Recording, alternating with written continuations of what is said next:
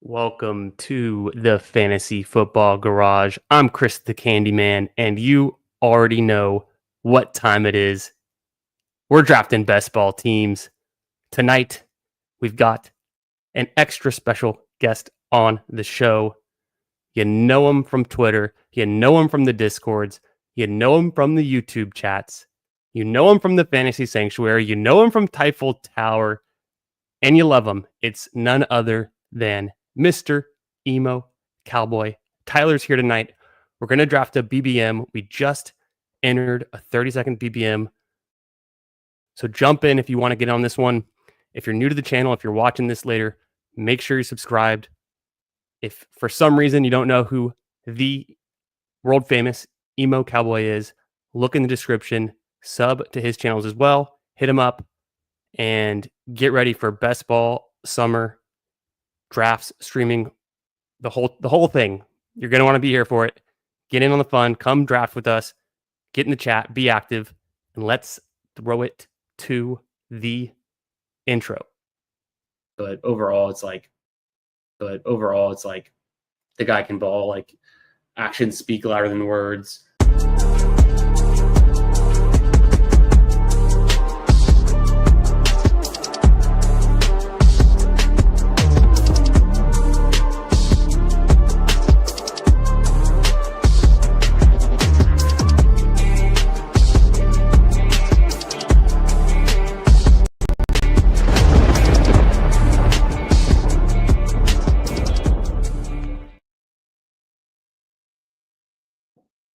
That's a strong look you got there. For the folks at home that don't know, Chris and I, fellow Houstonians, so I decided to, and you can see 20 years of dust on the rim of this cap. This cap is from 2004 training camp. It's good to be on, brother. Thanks for having me on. How you doing? Doing great, better than ever.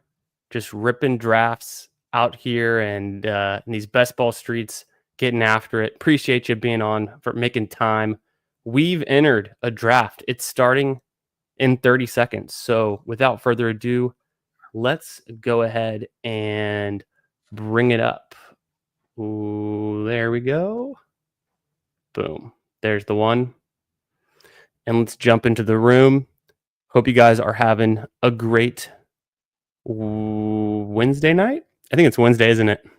Losing track of days. Dude, I thought yesterday was Thursday, and I was gutted to find out it was Tuesday. I lost track.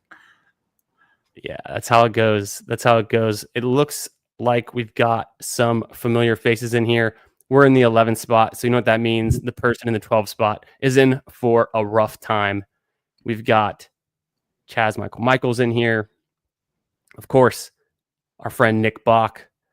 And yeah, so I think there's been, a lot going on week to week in these best ball streets, ADP changes, news with the rookies, other ongoings.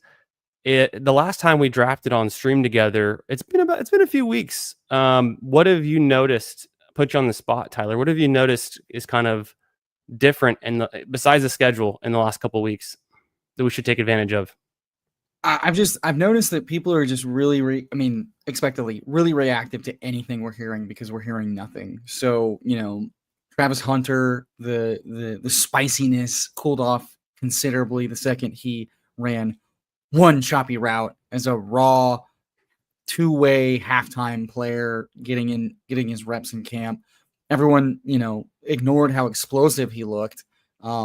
And just decided, oh my God, he ran a few too many steps at his pro day, and on these practice routes, he's toast. Bayshell Tutin's gonna fumble. Oh God. And we have to overreact to everything. We have so little information that every narrative is extremely true. So at this point, I think it's just like hammering things ahead of expected news. So like the Ramondre Stevenson comments from Vrabel that, no shit you're going to use him. You used two backs way back in the day when you didn't have an elite guy.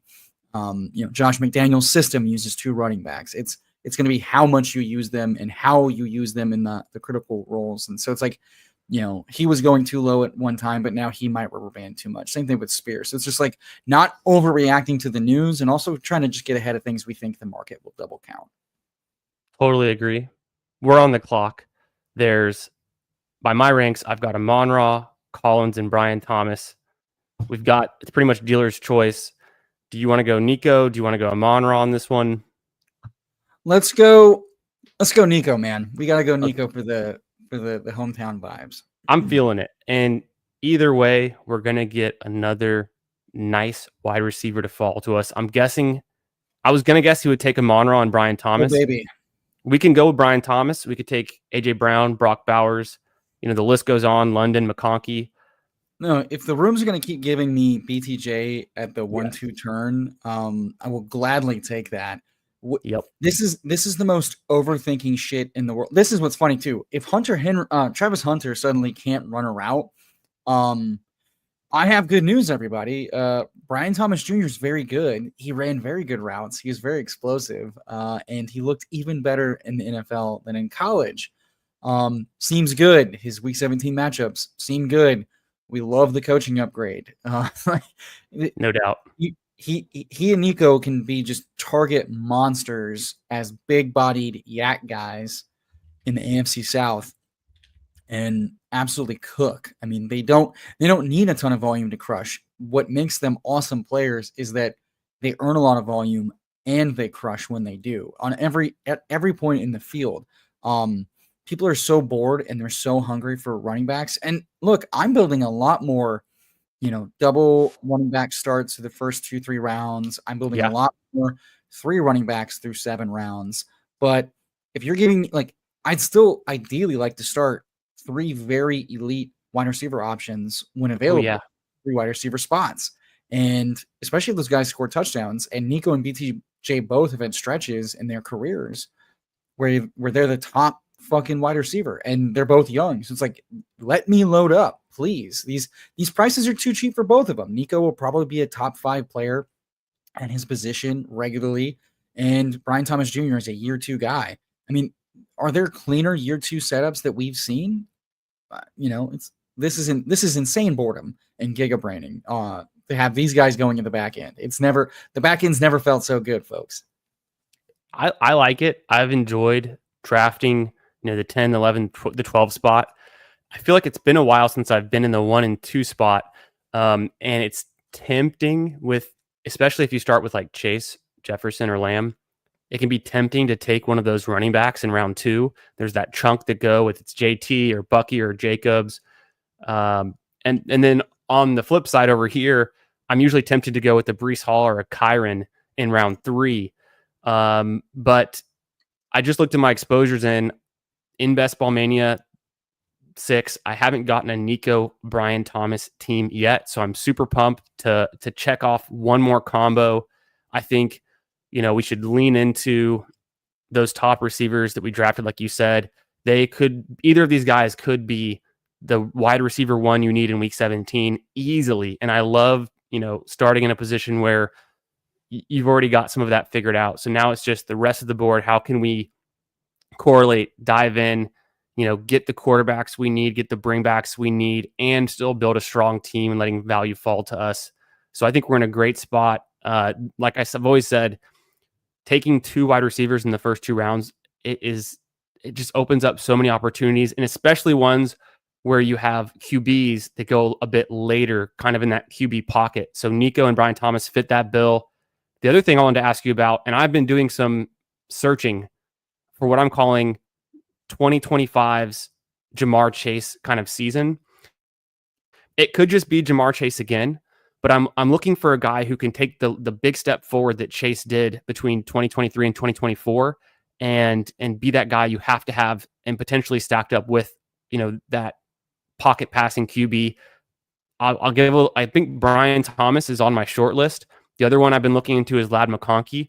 Any other names that you've started to kind of think up in terms of who could be that wide receiver you have to have? No, that's a good shout. It's a good thought process. I mean, when you think about it, again, it's these guys that can move around the formation. It's guys that are going to be fed all of the volume. It's guys that are also going to be very efficient and explosive with that volume. You know, your Tyreek Hills, your Jamar Chases, your Justin Jeffersons. So yeah, and CeeDee Lamb kind of that way. His big breakout was earning a shitload of volume and being really efficient and explosive on it. Yep. And you know, just becoming that target dominant monster.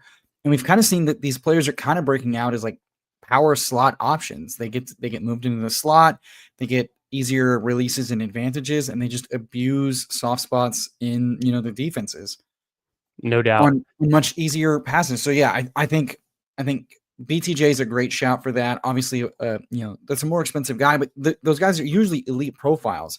Somewhat kind of like, you know, downbranding the Puka Nakua downside of it too. Rushy Rice, if fully healthy, I'm buying into that similar type of archetype. You'd wish he was a little bit more explosive and had a few more deep shots, but just his ability to earn volume. JSN, it's not the most clean, the most comfy feeling, but he showed us this ability to do that. And in a more vertical passing offense, he could certainly Mhm. be an overlooked person that could do that. It's a fun thought exercise. I'd love to go through. Who we staring down the barrel of right now? Because I'm just seeing the So the draft. top available based on my ranks, it's Kyron, Mike Evans, the 3 elite QBs, Travis Hunter, Zay Flowers. You could also toss in Worthy or DJ Moore. I'm leaning either Kyron or maybe Evans. Do you have a Let's go Evans and just give us yeah, another spike week wide receiver, and love it. maybe we get to be greedy and also get an elite quarterback and kind of galvanize this piss. Couldn't have said it better myself.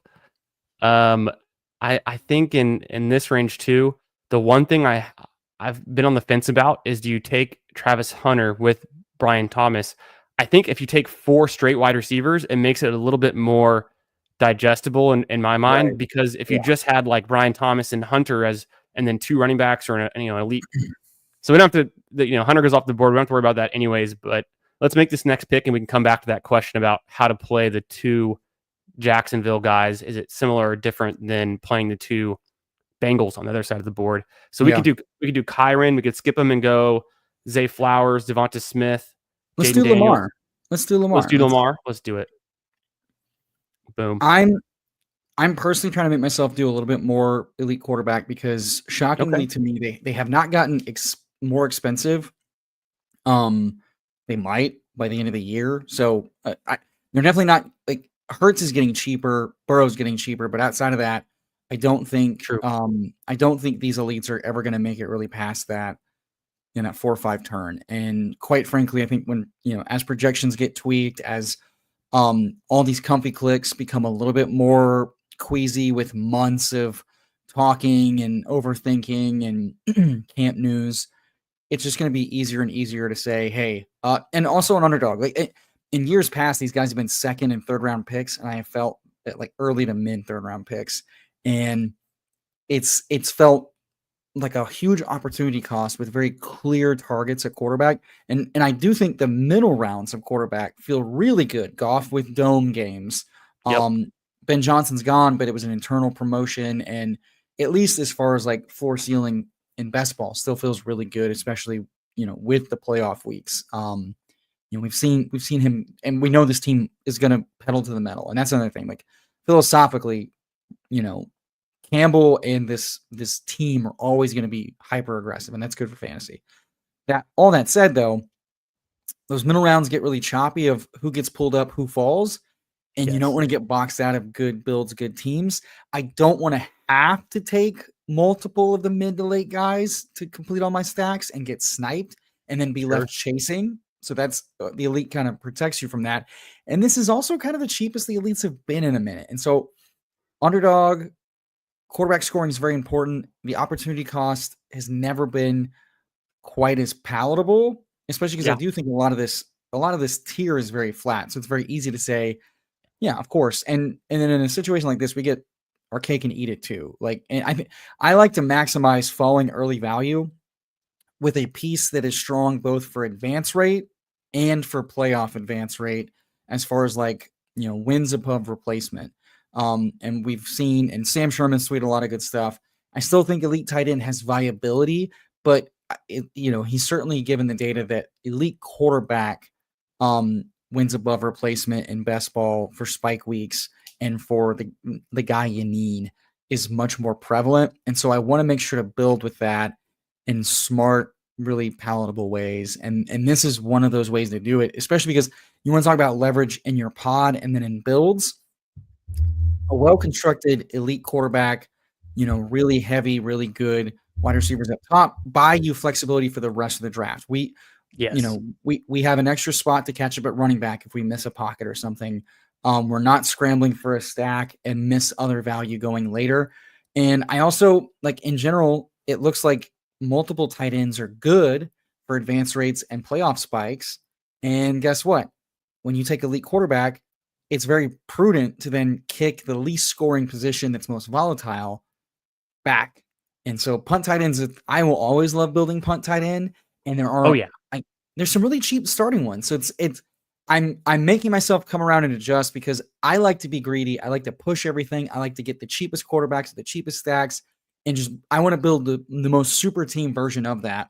But drafting a lot of volume, I also know that end of the day, boring good construction and just being sound and taking advantage and drafting the best team you can in every room and not killing 30% of your teams because you got boxed out at quarterback and now you're praying to God that the dog shit guys come together. And, Lamar can regress from his insane passing touchdown volume and still be the rushing nightmare that he is. And also just like have an explosive stretch. And I think the one thing that I didn't give enough credence to is, Henry just got extended, but at his age, if he finally hits the cliff that goes down, they have to go more pass heavy, and they finally have the personnel to do that and trust that at full health. So another fun reason, like Josh Allen's going to regress quite a bit in his insane career high rushing touchdown rate, most likely. Mm-hmm. We've seen Lamar have multiple MVP level seasons, and he's gotten better every year as a real life quarterback. And his fantasy quarterback stardom has never gone anywhere. And so like I want pieces of Lamar and Jaden because they're the cheapest versions of those guys, but they're also pretty easy to stack as well. And their stacking partners historically look pretty strong for spikes. It's true.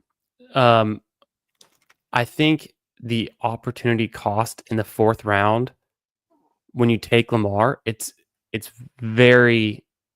not an overwhelming, could this team do without DJ Moore or James Cook? Yes, easily. So you're not really losing too much in the round 4 the way it is because to me it's pretty, the tier is pretty flat with 4 and 5, rounds 4 and 5 right now. Very similar running back tier, very similar from a wide receiver perspective. You're really just getting either some of those, we can call them like wide receiver 2 type of guys, but sometimes it's a wide receiver 1 on their own team. It's preferential 2-3. Yeah, they're on the tier of wide receiver 2-3, and you're just trying to hunt for spikes, but they don't all feel very, very good. And the other part about going Lamar here, as you were saying, you're interested in doing that punt tight end build or later tight end. I've been very adamant about that too because of the great tight end value later. We almost never see George Kittle make it to pick 58, 59. So it's not a huge, risk that we'd have to skip out on the ADP value by going Lamar and then going Kittle and kind of hamstringing ourselves either from a running back or a wide receiver perspective. So we're in a good spot. We're on the clock. Let me go ahead and show you who's available. I've got my ranks loaded in here. It would be Harvey, or we could do Kamara, or we could continue to go with it more of a zero running back build. And let me show you the wide receivers available. Also, I'll throw it to ADP. You get a little dip on Harvey. If you're gonna do a modified anchor, is he my favorite click in the world? No. Does it make a lot of sense as far as profile and opportunity? And at the end of the day, if we can say that his median ceiling is between 60 and 80 targets, that's pretty fucking good. And if he only gets like 50 and he gets enough goal line work, given how bad those guys are, it feels good. You're pretty low on Chuba. That's interesting. Yeah, I just think he's volume and touchdown dependent. And if he has any competition from Let's pull up Rico, Godwin. that's Let's more do than the nothing. Bucks double stack then. Ooh, that's a fun way to do this too. I'm Yeah, interested in that. especially because like I think one of the ways that we can even benefit ourselves is saying elite quarterback allows us flexibility to potentially push and get a falling Baker who at his current ADP, it's not the most fun click in the world. A headless stack with an elite quarterback is more than fine, but we know Yes. that spike weeks in this offense are very valuable. We know that they're very good, and we want those a lot. And it might be even more prudent to take multiple stabs at really ripe fantasy point, backfields and wide receiver cores with an elite quarterback because that elite quarterback can hit, not necessarily stacked, especially these rushing heavy guys. Yep. So it's like we don't have to deal with, I mean, Baker Mayfield volatility. He was a fucking smash pick last year. I can tell you firsthand that it was heart-wrenching that he was your main guy and, weeks 14, 15 crushing, 16 flops, and then 17 goes off, and you get wiped out in that last round, right before the finals because of a down offensive week, while the elite quarterbacks are, carrying multiple stack partners. So it's like trying to use that to basically get those guys across the board is a really fun way to do it because we don't need them both to go off. They are, they are two additional guys that we're going for spikes and we're consolidating good offenses, potentially awesome offenses. Yeah, I mean, it's just I'm having a hard time not loving Godwin. Might be one of my favorite clicks in this range because I do think he easily gets more expensive with just some good health news. Oh yeah. And if anything, Evans needs to fall a little bit, but everybody has just agreed his spike weeks are too valuable. And you know what was funny is he was touted as the worst second round pick. I think it was 2 years ago. And yeah, he was an awful pick at his cost for season long, but he still offered you a like league winning playoff run and finals week of like 3 touchdowns. It's like cost a brick is what it is, man. Like a guy that can just take over a game and score that many touchdowns. And another fun stat I saw was that I know Godwin's injury a little bit, but like Baker got pretty aggressive with the downfield passing. It was pretty accurate. Offense got better with a first round pick at wide receiver for like booing injuries. But like Evans was the recipient of like a lot of deep targets. So like he also like they could both hit because Godwin can earn a lot of volume, but Mike Evans can just hit on like 2 long touchdown passes and it doesn't matter. The way he can win is really valuable. I liked what you were saying too about the point of, okay, we feel good with Lamar. We could go headless double Tampa Bay stack and just lean into the fact Tampa Bay threw a ton of passing touchdowns and were pretty decent on the passing yardage too last season. That could probably continue. Hopefully, maybe Baker doesn't get to, I think, 40 or 41 again, but he could still easily do 30, and that's primarily going to these guys. But the fact that where we are on the draft board, we would need Baker to fall to pick 102, which is, I mean, that's like 10 spots past ADP. The only way you're going to get that with some consistency is if you scoop up both of the top receiving options. And then, Egbuka maybe goes close to there as well, but I doubt someone could, it's kind of the same round. So I think we could potentially lock up the top 2 options and then push the QB. Hey, if we miss on Baker, we've still got the Jaguars, the Texans to go after. Like there's Exactly. plenty of options. Yeah, I'm really enjoying the elite quarterback with a strong start that I like, just emboldening me to do what I like to do, which is push the envelope elsewhere and maintain flexibility to not chase. And I think that's the best way you can draft is just feel very confident in No doubt. how you're approaching the room and the pockets you're willing to go for and then push.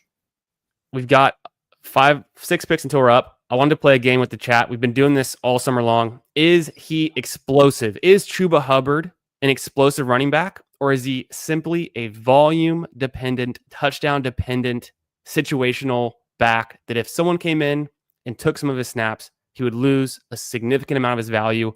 Sorry to break it to you guys. Chuba is not that explosive. He's a little bit above average, number 18 among running backs per play, and his explosive rating. As a receiver, he's a complete dud.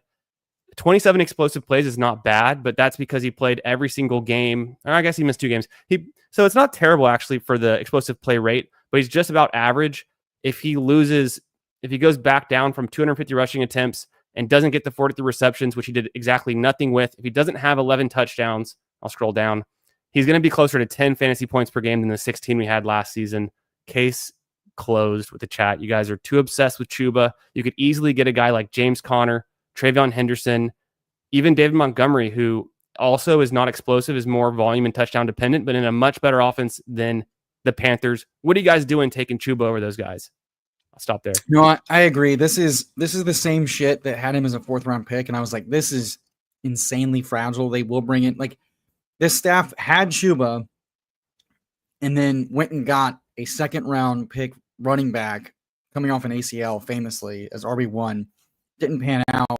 They gave him a good contract, but that contract pays him like $6 and change mil a year. So it's just cost control to have that guy in tow.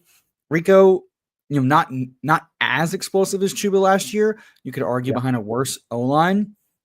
And the way they've talked about it is they dual versatility swap type of guy. So yeah, taking volume away from a guy that's not insanely explosive. Yeah, I mean, James Conner was one of the best running backs in the league last year. So definitely lean with you there. I pulled up Mooney as one of my favorite options in this range.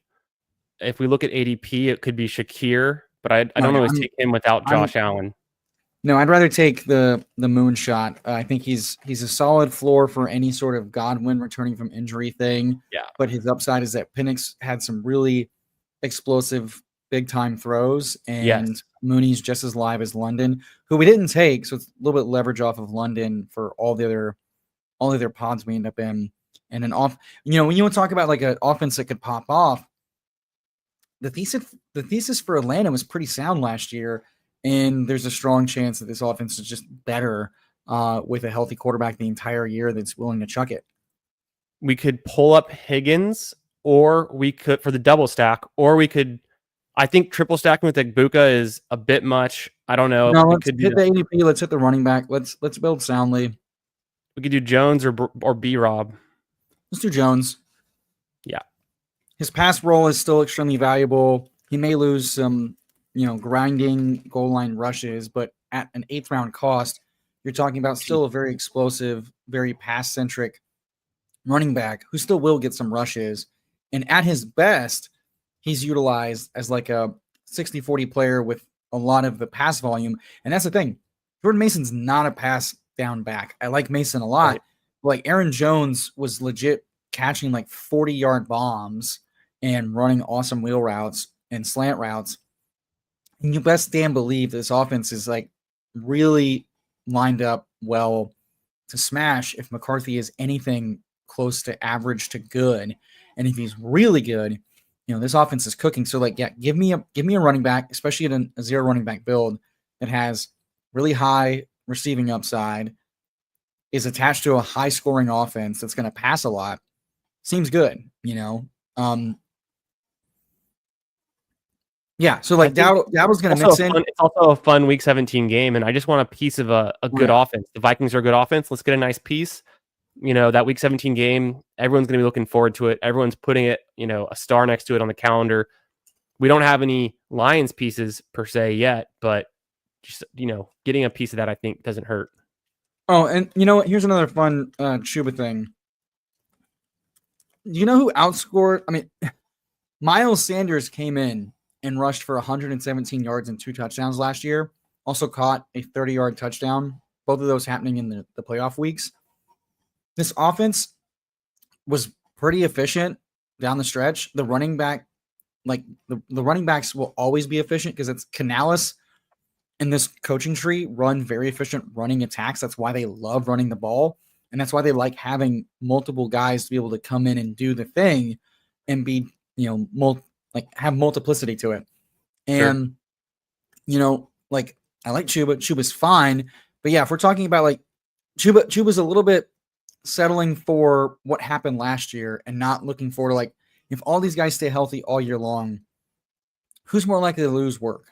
James Conner, who's been a like one of the few true bell cows in both phases of the game, or Chuba Hubbard, the guy newest to the table of getting paid, and he didn't even get paid like top 10 money, APY, and whose team has back-to-back years brought in a very competent on paper backup. Like that's only the thing. It's like I want pieces of that offense because I think it's going to be more efficient. It's going to be right for fantasy points given how bad the defense is and how good the offense can be. But yeah, like Walker's more explosive, but you're worried about like how much workload can he consolidate given Charbonnet's. And that's the thing. How different than Walker to Walker and Chuba are they? Like their backup mates are pretty competent to good running backs in both phases of the game. And in Walker's case, really the only thing keeping his ADP down is like he's yet to stay healthy and play more than 12 games. Right. The Seahawks could be a mess this year. Who knows what direction they go in with a new offensive coordinator with Darnold. They lost DK Metcalf. I think it could be you just want players on good teams, and that's kind of a tiebreak in some situations. I did like the argument from Copy Paste Dates about the offensive line for the Panthers because I do believe in the offensive line. So that's a strong case for Chuba. But at the end of the day, I like to bet on talent over opportunity until we really, know what the opportunity is going to be for sure. And I think in our build, it was easy to go Godwin. Yes, there's the injury return concerns, but great opportunity, great talent. I'd lock that in. Yeah, I just want to, and the last point on that, guys, is that the Miles Sanders point was if Miles Sanders can get to 117 yards behind that offensive line, again, we know running backs are a really big function of what the offensive line and the offensive scheme is doing. And when Bryce was playing top 10 football down the stretch and the O-line's blocking really well, I would hope to God Chuba would look good when he's being fed a shitload of work. Most running backs do that. Rico was an awesome pick behind kind of a shit line with Cooper Rush because he was being given a shitload of work at times. Volume is king. Volume usually follows talent. And there are more talented guys who have demonstrated more workload earning potential over the long run. And even if I'm just breaking ties, I'd rather break ties to the better offenses for sure, the better quarterbacks for sure. And the point about like, oh my God, he dipped into the 6th round. Guys, these ADPs are going to shift. Guys will move up. And I promise you on Underdog, where running backs like to fall, the second we feel better and more cozy about like Brandon Ayuk, Jawan Jennings, Chris Godwin, insert your favorite name of receiver, that will push a running back down. It just will. That's how it works. I'm not too worried about it because at the end of the day, we're just trying to chase the best way we can build. And I'm with you. I don't want to quite settle when we don't have to. We could pull up Bateman, secure the stack. I was looking, I guess Andrews had already gone. I didn't see his name on there. And I noticed Baker went 2. That's all great. Let's get Loveland is there. Let's get Loveland. Let's get a tight end. Let's get a tight end attached to a good offense, and then we'll see what happens. I kind of want to grab Bateman because I'm afraid he's going to grab a wide receiver with one of these picks, and he's already got a tight end. I'm just afraid. I didn't actually check to his team to see exactly how he's setting it up, but no, I think you made the right call. And if you wanted the stack, that's very defensible. There we go. So he grabbed Shaheed. Maybe he grabs Bateman there and kind of screws us a little bit. I'm very open to Loveland. We have about 20 more seconds. Let's just make sure there's any other bases you want to cover. We can take a look. So obviously, I think Loveland for me over Ingram, and then for wide receiver, we're pretty good with 6. But is there anyone else there you'd want? And then running back, a very quick look. No, I think Loveland's good. I honestly wouldn't mind double tapping the Minnesota backfield mates. Because at cost, you're just taking 2 shots at a high value backfield, and we know that that's not a bad thing, especially for our build.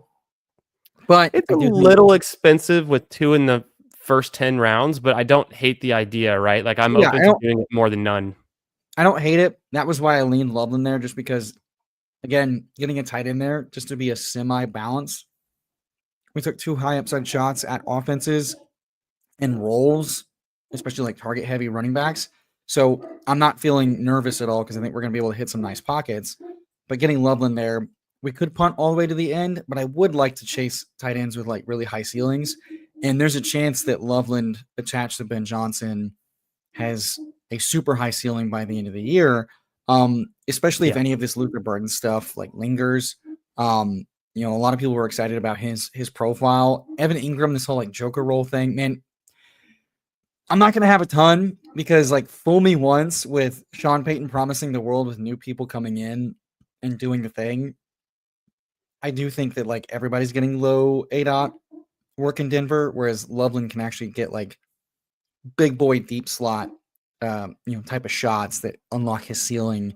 I just want to chase some of the best offenses, some of the best roles. That's also, like when you get at the three, talent, offense, role, like those things are what unlock like league winners. And I was a little torn, like, oh, we can get like Charbonnet, like build out the running back room. Charbonnet's been falling though, so I kind of want to let these running backs keep falling a little bit, and take the people that are certainly likely to rise over the summer based on hype, based on confidence, based on market just wanting to make sounder bets.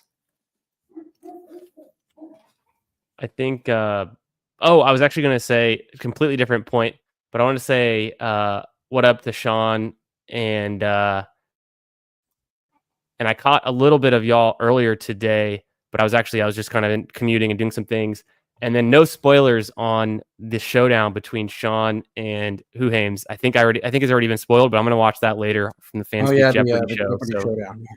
yeah, so no spoilers in the chat on that one. I'm excited to watch that. Bet it was a good time, and yeah, the Chuba debate, very hot. I love it. I love getting more info from y'all as well.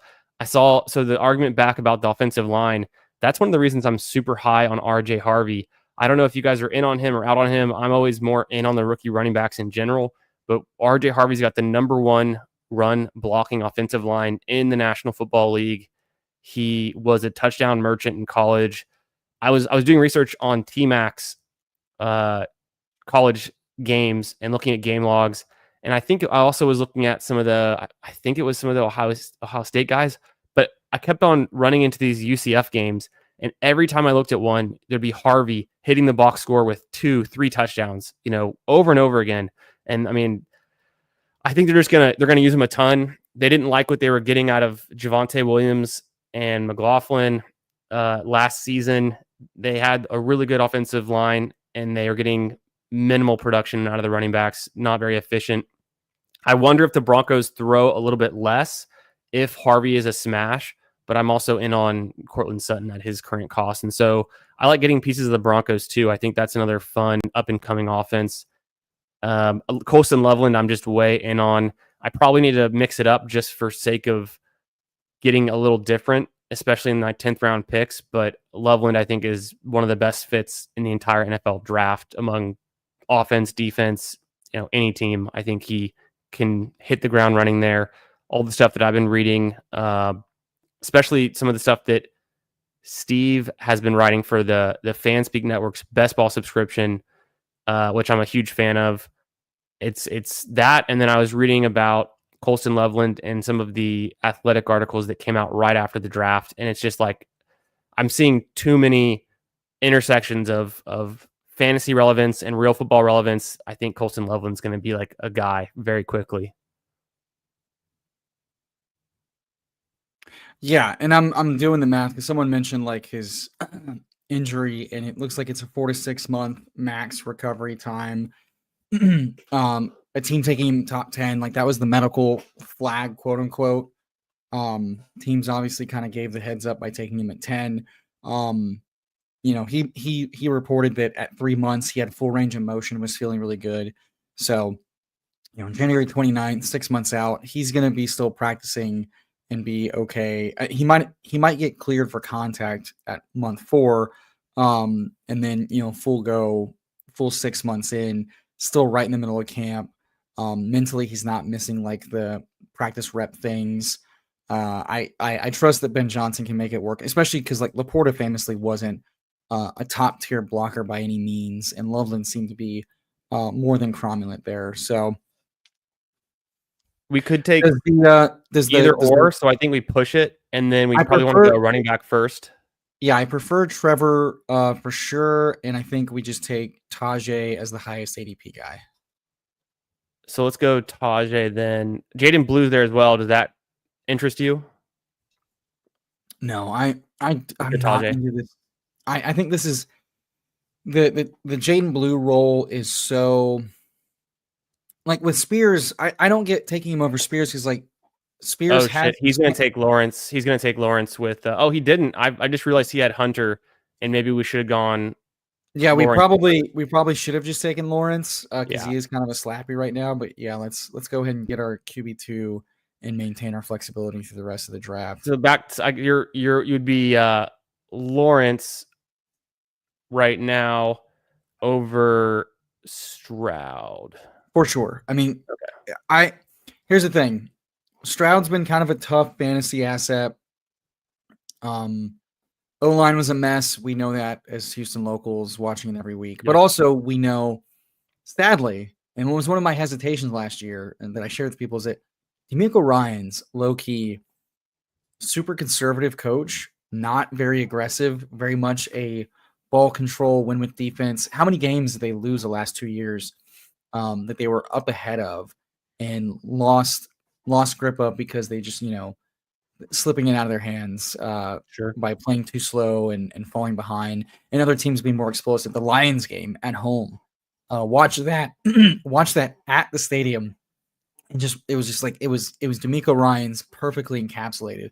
I know part of that was Bobby Slowick's play calling, putting them in bad situations, but DeMeco is just kind of a conservative coach. Cohen has showed me super duper awesome upside for unlocking offenses, being aggressive, going, pass heavy. And the weapons, BTJ is awesome, Nico's awesome. Yeah.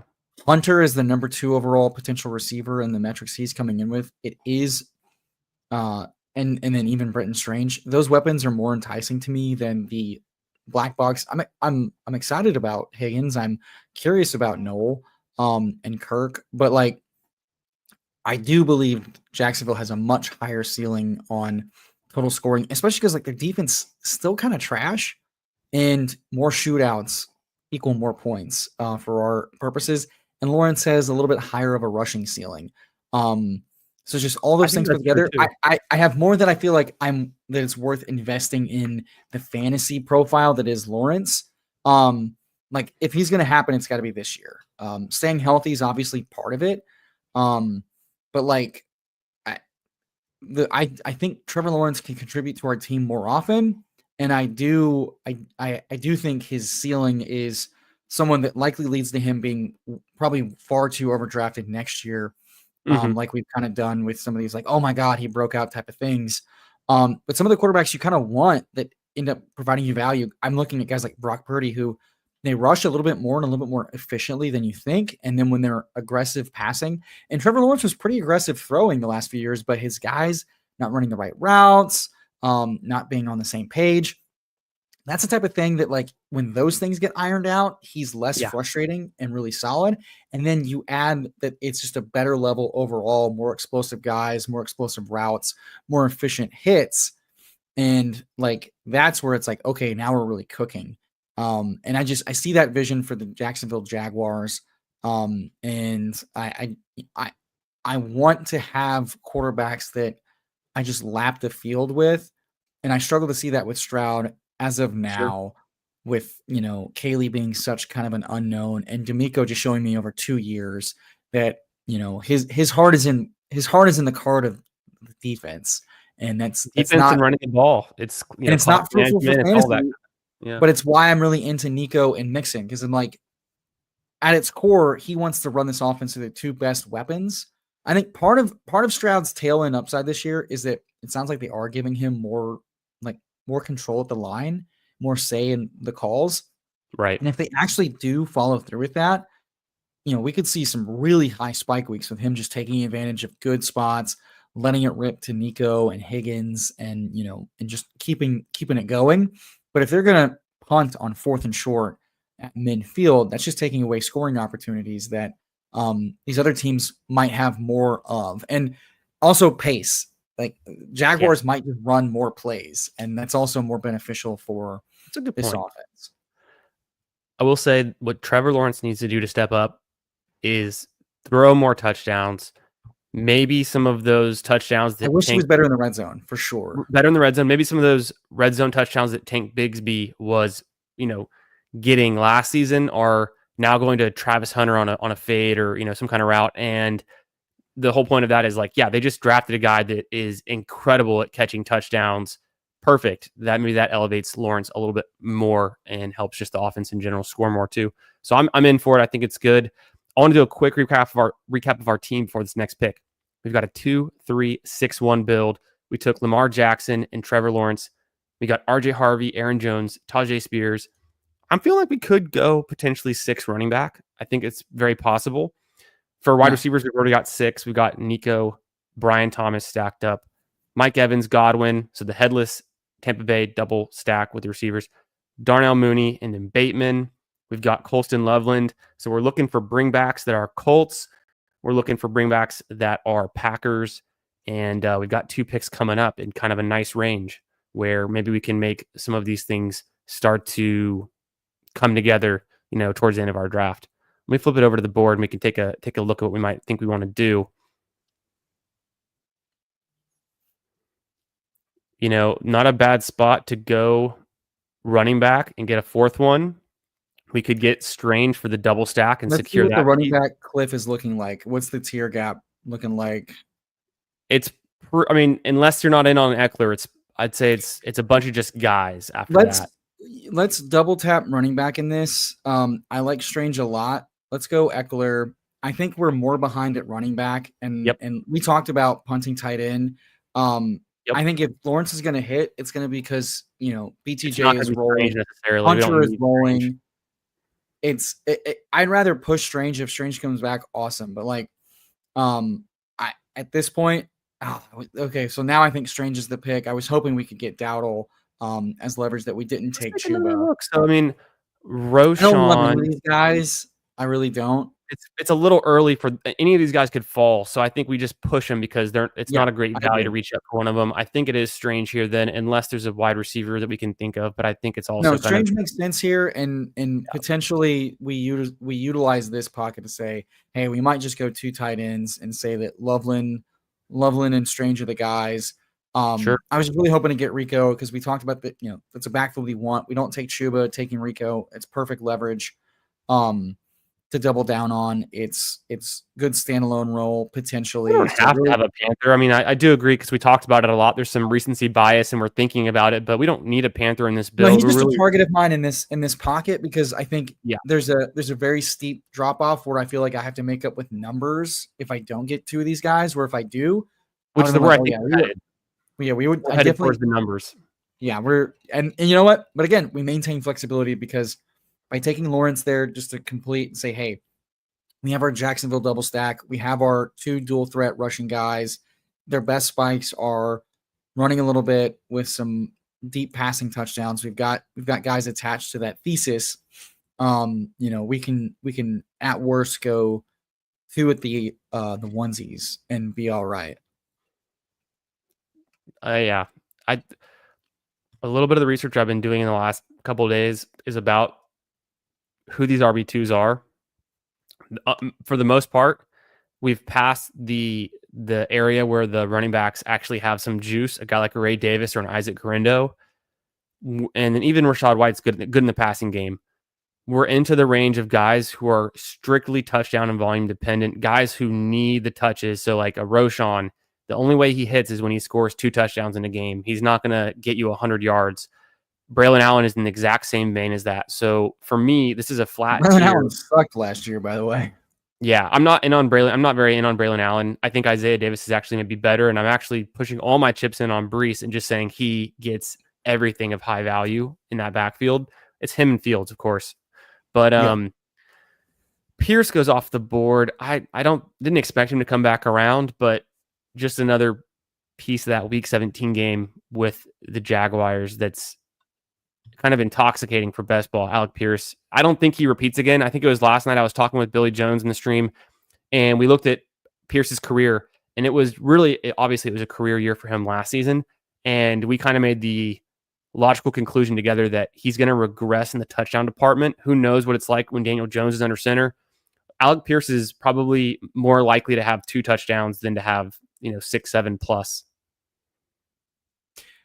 That is true. He's priced up where he's traditionally gone, except for when he was a rookie. That he could be a guy that has 2 in the same game, and I think that is a good point too, though, because when he comes in the touchdown, when he gets the touchdowns, it's a 60 or a 40-yard bomb, and if you can do 2 of those against the same secondary, it's worth a lot. Which that's very possible given the secondary. I think it's my thing with Pierce is his price. I'm of 2 minds. He's a little expensive for what his median self is, most likely. If this is it, I mean, the passing is going to be slightly better with Dimes. We don't expect it to be very, very good, especially with Downs being so strong. That said, he's pretty cheap for a guy that did just have a breakout year and score that many touchdowns, because usually that guy's getting steamed up heavier. So I've ended up taking him simply because I want to make a bet on the cheap indie pieces, knowing that they do have explosiveness. This is an offense that can rise up. I'm at 18% in best ball. I've drafted him in 4 best ball manias out of my 20 something. So I'm definitely drafting him at his cost. It's not killing you, and you just know that this guy's demonstrated a best ball friendly. He's arbitrage Shaheed essentially, and we think his offense is going to be bad, but not as bad as that. And I do agree with you, and it's hard because he can regress, but he was also easily better for this offense than Pittman was, and that's something. And he goes 6 rounds cheaper than that. True. And he's still young, and the team trusts him. And that's the other thing is this team is really weird. And so it's I do want to value some of these coaching staffs that tend to think, hey, this is our homegrown guy, and he's earned our trust and respect. And that's what's made it tough to take A.D. Mitchell instead of Pierce, because the comments about A.D. Mitchell were that he's not grasping the playbook, he's not running the right routes, he's not. I don't want to hear that quarterback, and he's not earning his playing time. And it's fucking hell, dude. That is that sounds bad, and guys can get better at that, but it's this is the same staff, so it feels like you're rowing uphill, and that's tough, man. That's tough. It's tough to stomach and feel good about it, at least. We're coming back around. We're, about to land this plane pretty soon. I'm not really into Hopkins, even with the stack. No, I think single stack Bateman is more than fine. Is fine. Wide receiver, we could finish it out here. We could push it again. No, let's double tap running back here. I think I don't think this is a. Let's grab Marshawn and we'll figure it out. I like Marshawn Lloyd. Here. Yeah, love it.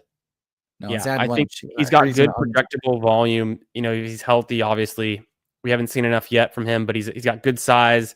We were optimistic about him last season. I think I had 19% exposure to him last season, so I'm willing to make a bet on him again. We need to bring back. We can always get a receiver later for the Packers. Yeah. You're thinking running back again. Are you interested in Justice Hill? Yeah, let's grab Justice. I mean, again, hell yeah. We saw him. He's poo-poo him all you want, folks. He's attached to a very good offense. Or do we push him and force the get-ins for the bring back, or do we just say it's not worth it? I don't think it's worth it for get-ins because Indianapolis, I don't think it's worthwhile right now to take uncertain RB2s unless it's very, very clear. And we are wrong all the time about what's very clear. One of those situations I like to point out is Indianapolis. We've seen Indianapolis 2 separate times with this staff nuke the ever-loving hell out of the RB2, and in their most recent case, cut him right after the game and bring in somebody else to be the RB2. Oh yeah. And it's so I don't want dead roster spots, and right now I want to chase guys who A, have pretty certain roles, B, have valuable roles. For Marshawn and Justice, that is via the pass game. These guys, Justice is used in the pass game, and this is a pass-focused Todd Monken offense. So he runs routes at the expense of Derrick Henry. So it's also a little bit of leverage on yes.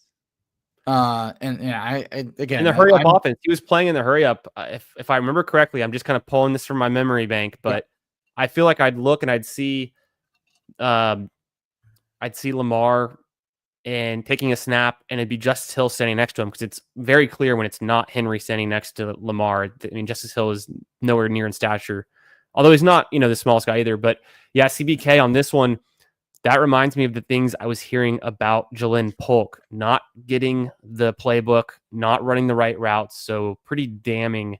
And, the talent can be there, but if there's all these other aspects, I think that we sometimes forget to factor in the off the field things, the mental makeup. Can the guy just make it in the professional setting that is the NFL? It's a huge piece of the equation that we sometimes forget about when we're looking at height, weight, stats, 40 times, all that kind of stuff. So very good point. And then, I think with our last two picks, we're probably almost certainly done with the 6 running backs. I don't think I took any 7 running back builds last season in Best Ball Mania, maybe one. We got 6 really good wide receivers. Let me go ahead and bring this up just to keep it fresh. I know I'm looking at it on my phone and on the board, but I want to give you the benefit of the doubt to review this team too. Lamar and Trevor Lawrence, I can't think of a way we'd take another quarterback. no. The running backs, we don't have any serious bye issues. Week 12, but at that point, it's not really a conflict. I think we're good with the 6. At the wide receiver spot, the only overlapping buys we have is our 2 week 9 Bucks. We've got 6 wide receivers. We could go to 8. And the only reason I suggest that is because we don't feel pressured to take another tight end with the 2 that we have. These could just be enough. I don't put a lot of pressure on tight end to be, carrying my roster. And I think Loveland is a good bet as any tight end this year to make, a huge splash. We saw what Ben Johnson could do with Laporta as a rookie last year. Brock Bowers, another rookie, was tight end 1. Could Loveland be the 3rd guy? Although we've been hearing about the shoulder, maybe got a little bit overlooked in the process. Yes, he's a great fit for the Bears. Could he be their long-term solution, one of their best offensive weapons? Yes. And does that mean he could start off slow if they're trying to, not rush him from this shoulder thing potentially as well? And so that's why we maybe consider the 3rd tight end. And otherwise, we're going to take one more wide receiver, right? I mean, I feel very strongly about these 6. I don't mind taking another one. Let me see. We're at how many running backs are we at? So we've got 6. We'd have to have like something ideal to get 7, I think. Here's my thinking. I think we did fine with, because lest we forget, we modified anchor with RJ. We got Jones. Are they our favorite types of guys? No. Are they guys that have standalone roles, have contingent upside, and 3 of them have potential league winning upside? The rest can just fill flex and fill an RB2 spot? Sure. So I don't want to lose sight of that. And a lot of flex potential. I feel very fine with this room. Because at the end of the day, we only need one strong running back and that's going to be Harvey in this build, right? Right, exactly. So this build was saying, hey, we're expecting the rookie to carry us a majority of the season. Aaron Jones is the bridge to whoever the RB2 is down the stretch.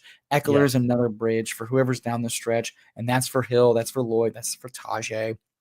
So at this point, I think a 7th receiver and a 3rd tight end probably makes this build the most optimally built to weather the storm and avoid dead roster spots while allowing us to have some volatility spikes.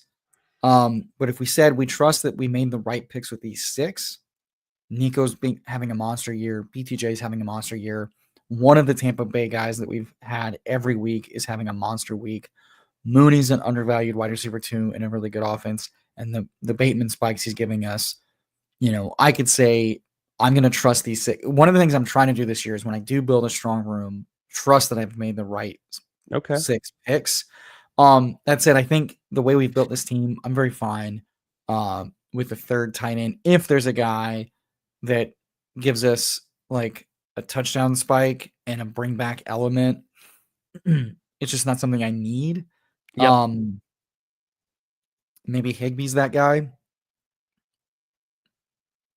Yeah, it's probably like Higbee's Juwan a or fun Higbee. game. We do have Mooney, so that's kind of a fun game. Billy Jones was talking me into Terrence Ferguson last night. He's pretty I think bullish on Ferguson.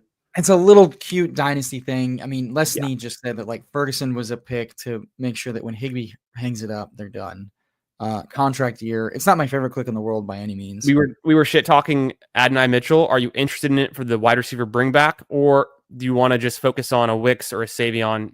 Let's do the Green Bay thing. We know they rotate guys, and You prefer Wicks or Savion? I mean, Wicks was their target leader last season, but then Savion looks pretty nice. I do prefer Wicks. Yeah.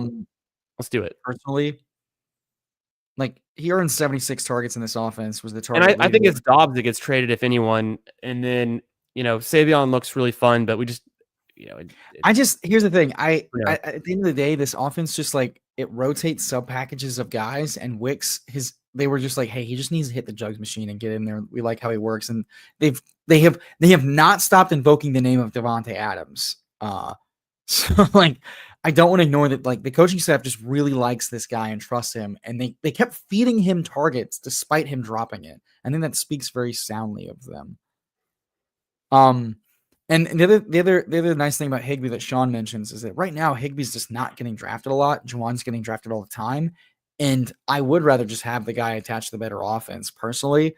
Juwan, it's the safety net of 3-year contract, but I do think it's very likely that Taysom returns partway through this season, if he's still on a team because he's still attached to contract, and is annoying for Juwan Johnson's routes with a rookie second-round quarterback. Higbee, Sean McVay loves him. He lets the offense operate in 11 personnel with a trusted tight end. It makes sense, but I'm here. I wouldn't say no to Ford as a 7th running back if we just say like, hey, we don't care about tight end for sure, and take another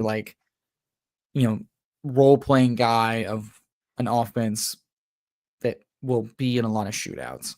I think it's Higbee here. I want to have a decent amount of 3 tight end builds, and I think mixing in a veteran who can score touchdowns and multiple touchdowns in one game with 2, largely unproven guys. We think Colston Loveland's going to be good.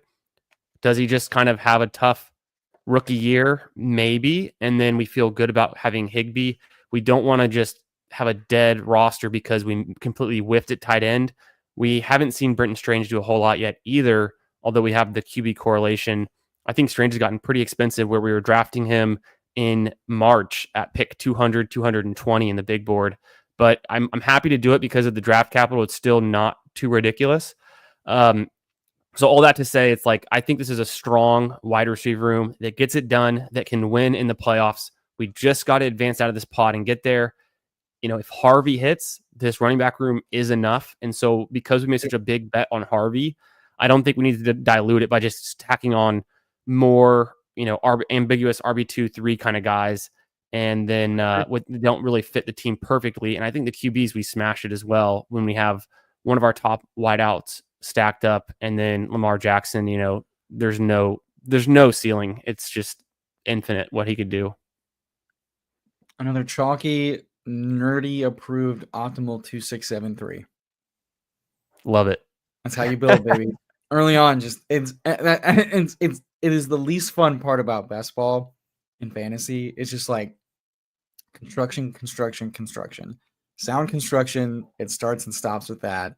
Everything else is squeezing out margins, squeezing out value on the margins. ADP value where you can get it, uniqueness where you can get it, stacking and correlation when you can get it. And this roster has a little bit of all of that. I think we didn't necessarily have to swing for a league winner with our late running back picks. I think it's good to definitely go for some guys that could be league winners in the late rounds. It's also good to avoid dead roster spots. It's good to get projectable volume. Justice Hill, is going to be a part of this offense. We have the team level correlation, and we already made our bet that RJ Harvey is our league winner running back. So, one can be enough to get it done. With these wide receivers, you just got to have, enough running back draft capital and not be completely dead at tight end to get these guys through, and a lot can happen. we're also terrible at identifying who the league-winning running backs are. Guess who they are, guys? The guys that just get volume and score touchdowns. Two of those guys for stretches were Amir Abdullah and Alexander Madison, who weren't even getting drafted last year, just because of volume. Like, I'm old enough to remember that Kyron Williams was just a satellite pass down back and was never going to be a league winner, and then he has been close to a league winner as it gets for a guy that was counted completely out. We are so bad. And the thing about Lloyd is the reason why Lloyd could be a league winner is threefold. One, he's got size. The man's like 215. So he's not your average James White scat back.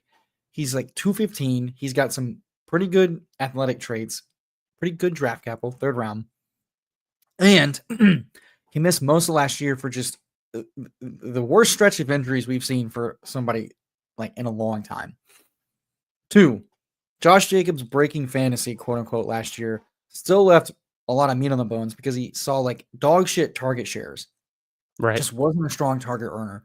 They fed him targets. It was very obvious they were feeding him targets because they were just feeding everybody in this offense quick hitting yak like passes to move the ball, because they weren't getting that with the receivers dropping the ball and not running the right routes and Love being a little inaccurate. So they were just, you saw stretches of games where they were just like, fuck it.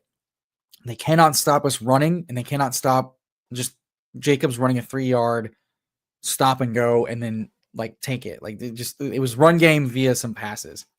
So Marshawn getting unsolicited, praise from the coaching staff last year, and then this year being mentioned as excited to get him working in the pass game, where he was working in training camp before nursing hamstring, hammy, hip, and then his fucking appendicitis.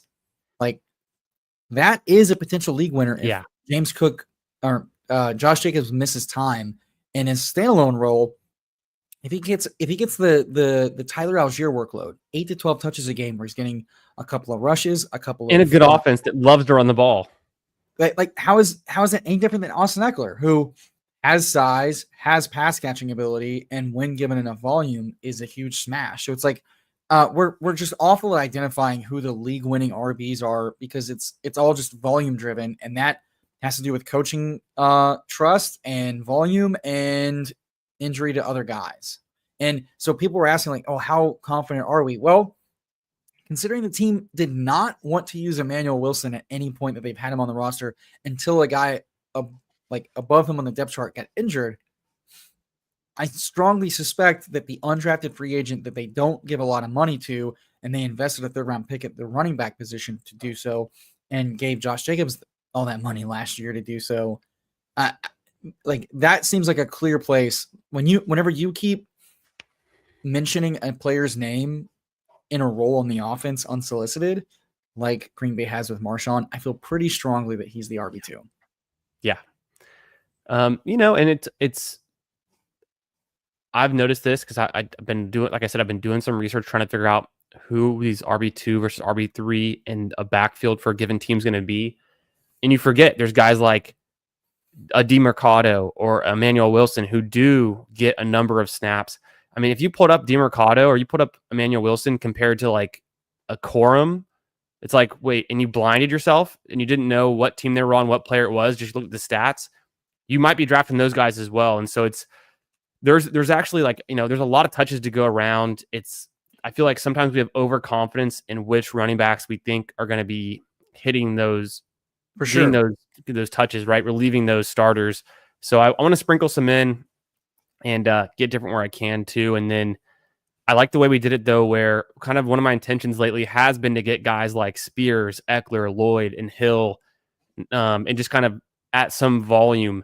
And you just need Tajay Spears to have one more week like he did last season. Eckler without the concussions, and we've said it. So it's all, these guys are healthy. We've got some really good offenses here. We've got some good talent. And then the wide receivers, I mean, I just can't get over how good the wide receiver group looks. I know Bateman is a correlated pick. Some people don't like him. He had a good year last year, ran kind of hot with touchdowns. Wicks, we were obviously, not everyone, but some of us were drafting him aggressively last season. Wasn't the best pick, but he's free at this point. And, was the thesis completely wrong? Like his his underlying efficiency sans drops pretty good. He fit the Green Bay offense very well. The weirdness with Savion is that I didn't love him as a prospect. Not that I'm a dynasty guy. Right. His draft capital was fine. Into the third.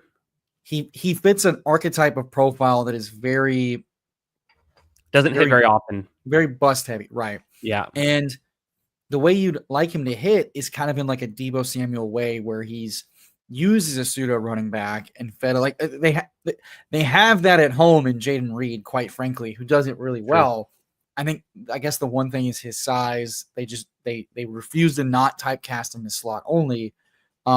But since the draft, the staff has been saying he is a wide receiver. He is a wide receiver. He is a wide receiver. And I'm like, okay, well, if you're not going to really give him a chance at running back, it's really run better routes than these guys that are running really good routes or don't see the field. And that seems bad. I mean, injuries can happen and shit, but it's like, I confidently faded Malachi Corley last year. And in a similar vein, I just feel like we're bad about knowing which rookies are going to hit. So have some humility. That said, I personally would like to take shots on clearer paths with potentially better analytical profiles. It's like, what can you do really well that's going to like pop really big? And part of my consternation with the Savion bet as well is that he landed in the one place where it's like, this offense rotates everybody. No one runs more than 80% of routes. Volume is so important to like matter in fantasy. And Savion's on a team that realistically could use him maybe 20 to 30% of the time, like rotating in with Reed and with Wicks and with Dobbs.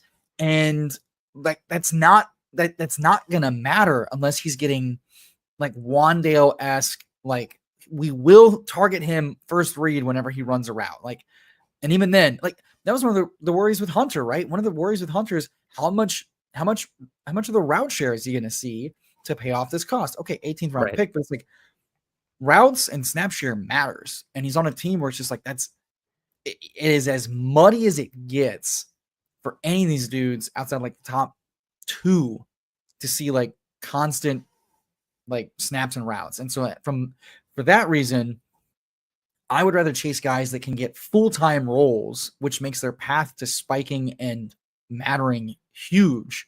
Like Tyquan Thornton, great example. He saw like full-time routes by the end of the year because it was like, well, here you go.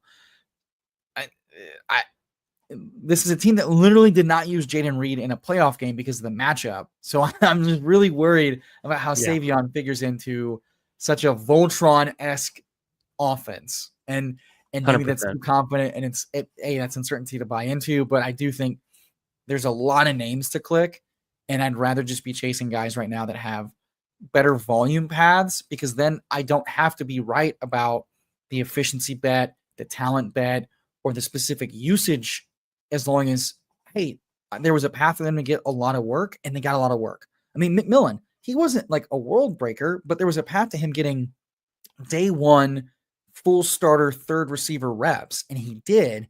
And even though it didn't hit the way we would want at the timing we want, it did hit because that path was there. So I'm like, there are just clearer paths to target right now, personally.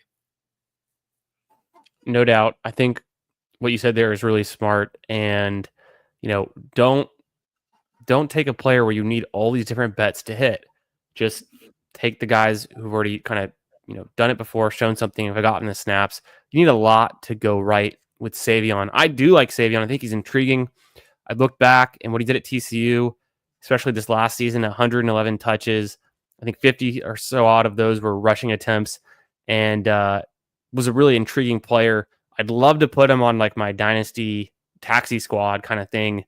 But for 18 round best ball mania right now, until we get more news, it's like you have to get past the Dobbs click, the Wicks click, and those guys are already free. So it's really tough to get all the way to the Savion, although I do have him ranked inside like my top 220. It's just that I like seeing his name. It kind of makes me happy when I see it. So I Yeah. don't really click it very often, but Yeah, I mean, if he had just gone to a team where there was more dearth, dude, he ends up in Tennessee as a 3rd-round pick.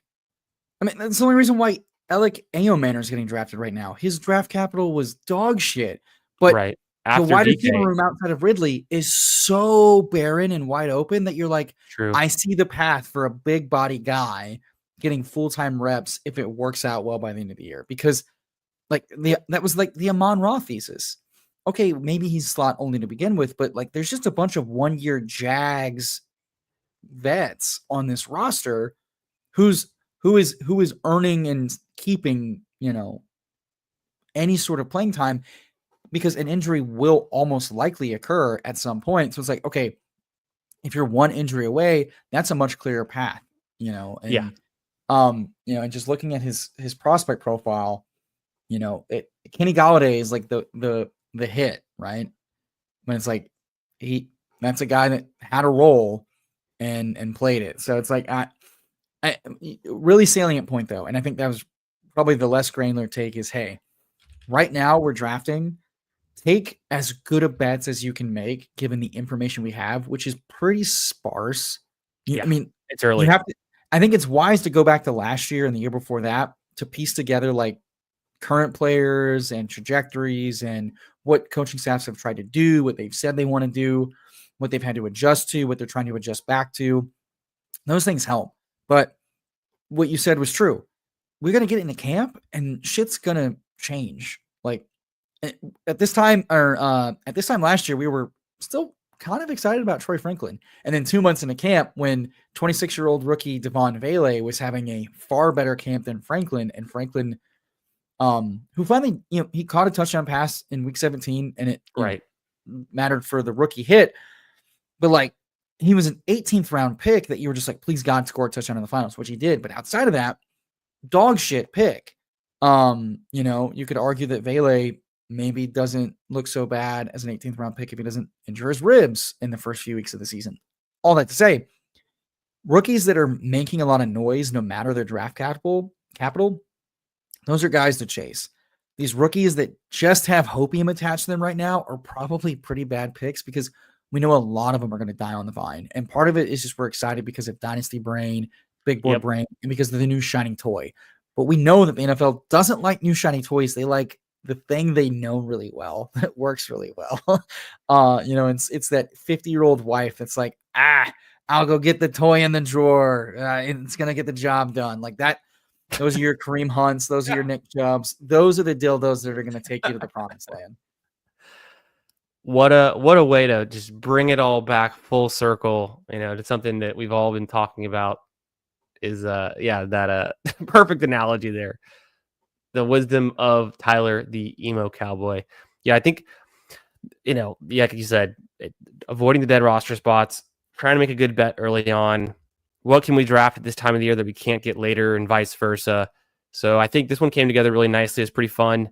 Shout out to you guys in the chat for being active, coming out strong tonight, drafting with us. We had Nick Bach. I'm just do a quick peek, just a little peek to see what Nick Bach did, what CBK did, and then a shout out to KMize18, who stopped by and was also in this room. Nick Bach ended up going with a 2.583 build. I saw him take Hurts early. I was confused because I thought he was going to double stack Tua. So maybe he didn't pull off the Tua double stack. Maybe he got sniped. It looks like he, known to go rookie heavy. So not too surprised. He gets the Stroud that we let fall, and then he gets the triple stack on the back end. So I think that works. He got Goddard. I probably would want to have maybe not. We took a double stack that we didn't have the QB for, but when you go Tyreek and Waddle with your 1-2, it almost seems logical that you'd want Tua just to have like this incredible season. It's a Saquon team, so that's where it was. The Saquon connection to Hurts. Okay, there we go. Let's take a quick look at Mr. Certified Ball Knowers team from the 8 spot. Takes McCaffrey early. That's definitely a ball knowing take. I've made it a small rule of thumb in the last week or two. I don't really want to let McCaffrey fall out of the first round. So if I'm 11 or 12 and he's there, I'm probably going to be clicking him. Yeah. It looks like I need to get my exposures up. Daniels and Penix, I think, is a really strong combo. For 2, running back room looks good, looks pretty up front. So a lot of draft capital there. How did you do it at the wide receiver? Well, if you can stack both your top receiver options with your QBs, that's an easy way out. Calvin Ridley's a nice pick. Pittman, can he stay healthy? Kind of, be someone where we were drafting him a lot earlier last season, no doubt. And then a bunch of guys that can just pop off any given week. The 2 tight ends, I think that's the way to do it for sure. So this is a pretty nice squad. Definitely good. A 2-5-9-2 build. That takes me back to like the 2023 best ball season. I think half of my teams were 2-5-9-2s. So pulling that one out of the toolbox, I like the way that you built it there with your 5 running backs being so strong, just taking them up front. Quickly, we'll jump into what Mr. K. Mize did with a 2-8-6-2 Burrow build. He got Love. Maybe we would have maybe liked Love to come back around on ours, but didn't have to force it, especially since we had, with one of the things that we've talked about in the past is like, if you've got a QB, you don't necessarily want his week 17 matchup QB on that same roster. Like if we took Love with Lamar, we're limiting ourselves to one game outcome in week 17 versus if we had like Trevor Lawrence, who's in a completely different game, then we're not stuck to one game script that could just tank our week 17 production. Yeah, it's an argument that happens every year in best ball, and I think the data shows that it's not the most optimal thing because you don't benefit as much from like chaos and multiple chances. That said, if it's the game that you need and you get both sides of it, then it is what it is. So you're limiting your chances, which ideally in a contest like this, you do need to vary your chances as much as you can, which is why the data likes 3 stacked quarterbacks in the playoffs and for the finals. It gives you three shots at 3 different stacks, ideally 3 different game environments on different sides of it. To hit on those things, and because you don't need to be nearly as unique in the finals, because I'm glad I could open up the waterways for chat. So it's not my favorite thing to do, but if you are going to do it, you ideally do it in a high total environment where at least it lends itself well to that. I don't think targeting it for, and again, things are going to change months and months away. But, if we're talking about Indy, Jacksonville, we're talking about Baltimore, Chicago, we're talking about Philly, Buffalo, like teams vying for the playoffs or that have really good defenses projected or really good offenses projected, really bad defenses projected that just might have really high totals, or you're chasing like the game that somehow goes for 30 on each side. Yeah, you can defend it. But again, that's so much parlaying that you are better off trying to, I wouldn't say I'm avoiding it, but I certainly wouldn't be trying to stack up all of one game on one team. Because that lends itself, you're going to go through multiple rounds before you even get to the finals and be like, all right, this game's got to go. That said, some might say at least you're either live or you're dead with one game, and you don't have to. Especially this year, what is it? It's like it's going to be like 6 or 7 days of games spread out. Like they really spread it out. They did their best. Oh man, yeah. So it's like some would say for the sweat equity, if you want to know you're dead when Chicago's Seattle last year is a fucking dud on Thursday, and you're like, I don't even have to look at the app the rest of the weekend, I'm toast. Then power to you. That's a great point. Yeah, man. So many of those matchups we were looking forward to last year. Texans, Ravens just dudded out. So you never know. It could be one team dominating the game. It could be both teams in a shootout. We've already kind of put some asterisks next to some of those matchups we're looking forward to.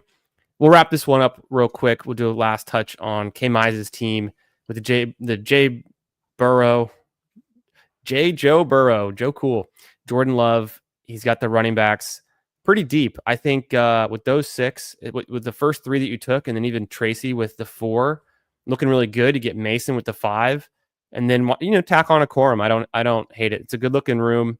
So you've got potentially the Rams backfield completely locked up. I think that's an interesting way to play it, and you've got it set there. You got the stack with T. Higgins. I had a feeling with I was like, ooh, I smelled you got a little over your skis with the last quorum running back. I'm like, that was a solid 5 team that you probably needed an extra receiver on. And I'm looking at this room and going, maybe. And then a bunch of other receivers that you can get at a value, like Allen, Thielen, Downs, I think is a pretty good value. Felton's a fun pick to throw in there. Who knows? Maybe he starts while Addison's out and then just earns himself a bigger role. That's kind of something I've been saying, but it's a fun, one to throw in. I think, and then in the two tight ends you did, of course, stacked up with your QBs. That's a good way to do it. Yeah, the 8 definitely probably wouldn't have gone 9, so I think that's a way to do it. Nice looking team. Appreciate you drafting with us tonight. And sorry, chat. I went for the Control D to mute myself, and I have 2 monitors, and Google decided I needed to bookmark my tab I had already open instead of mute the StreamYard mic. So enjoy the whistle. Yeah, I caught that. I clocked that on the side of my view. I was like, oh. But no, man. Solid draft. Always fun. Always great conversation. You've got some equity on this one, and we'll keep tabs on it. And you've got a lot going on this week. You're being a busy man. And tomorrow is, of course, the world famous Typhel Tower show. Whose channel is it on tomorrow? It's on Fantasy Sanctuary, isn't it? It's going to be on the Fantasy Sanctuary. So nice. In Tom's honor, he keeps calling it the Trifle Tower. So we will be trifling around on the Fantasy Sanctuary tomorrow with the No doubt. Looking forward to that. Drum up a little bit of drama. I heard today that PPR Tyler and BBG are not on speaking terms right now because of what went down on the rage quit from 2 streams ago. Football last night. Yeah, I think that was last night. Yeah. Yeah. So, well, by the time the stream comes, it'll be in 2 days since they talked. PPR Tyler's words, not mine, on stream. We are not on speaking terms. So, looking forward to some vindictive vetoes. Double V, BB, tomorrow night. These Best Ball Bro streamers are having a lot of conflicts this week. We've got the BBG and PPR Tyler, butting heads. We had Liam and Davis with what happened with the fallout from the last week mega stream that Davis did, and not inviting Liam on it was they kind of hashed that out today, which is always good to see and just funny. So it's always something with this Best Ball community and these bros. But I like to always say, it's the best community in fantasy football. There's always something new. Keep you on your toes. This week we've been talking about the fantasy best ball, which is just another crazy element to this crazy game we're playing in this crazy community. So we'll keep it fun. We'll be here drafting all summer. You guys already know him, but if you're new, make sure you're following Tyler. His details are in the description. Make sure you're following me here as well, and we'll catch you in another draft real soon. Peace, y'all. Have a great night. Let's kick it to the outro.